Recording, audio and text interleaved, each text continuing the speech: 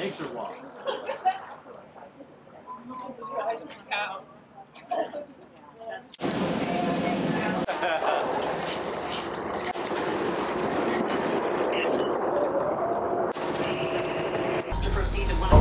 Made it through West Seattle, through that whole area.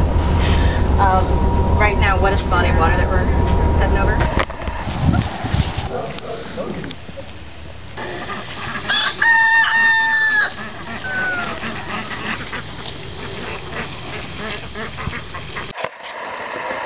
We also farm another 50 or so acres along the west side of the island where there's a lot more pasture land and move animals back and forth. Yeah, the primary focus here is a dairy. We milk about a dozen cows, and then total we have about 20 cows with gallons of milk and probably about 100 pounds of cheese every week, and then we sell a lot of meat, chickens and pork and lamb and beef. All of our beef comes from the dairy cows. We have a breed of cows that is a good dual-purpose breed. It's good for milk production and for meat production. And then the other animals, the chickens and the pigs and the sheep, all kind of follow around what the cows are doing and kind of clean up behind the cows and fertilize the pasture. And we've got a pretty good rotational system going for that. So, you want me to just keep talking? Yeah. Yeah. Yeah, and you jump in with questions. I mean, I think some of the kids have read a little Michael Pollan. Okay. And seen Food Inc. All So right. they know the bad side of how food is raised, and they know, is it who's the guy that's got Polyface Farms? Joel Salatin, yeah. So some of them heard a little about him, and that's where I found out about you guys actually. Oh, really? Okay. It was from Polyface. They said, oh, you got a farm in your area you should go to. So. Great, yeah. Well, Joel has lots of other problems, but generally it works. And that's why we have the systems we have, because they work, you know, up to a point and for a while. So if you try, you end up feeding nature to a large degree.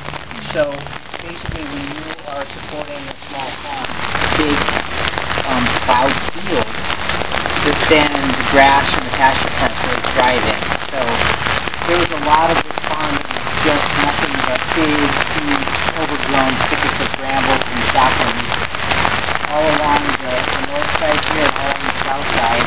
It kind of looks like this, you know, the two lanes over there, but with huge brambles and blackberries. We put these in there for about a year, and then you clean it all out, and then it's beautiful pasture. It's like, you know, Not the same. Pigs make money. They'll be moving out of here in a few days to a new area. You can see some area back there that the pigs have really torn up. So we try to avoid putting them on pasture because they're so hard on it, and what we really look for is those overgrown areas where we can just let the pigs tear it up. So most of the pigs we have are actually, we have them here for a few days to get them used to this electric twine, so we can keep them within an area. Once they get trained on that, then we move them over to parts of the island where there's lots of brambles and brush for them to play around.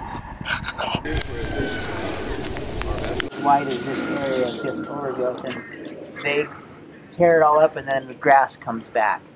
So this was pretty much unusable land to us when we started, and now it provides some nice grazing for the cows. So these guys, once we're done here, we'll leave this one alone. It's all finished, and then we'll be raising those little guys you saw over there. We'll go over to these areas on the west side of the island where there's still a lot of that.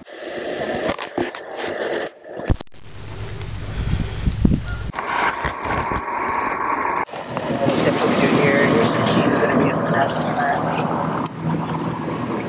And this tank here is where the milk goes in after milking to cool it down to 35 degrees for about 15 minutes.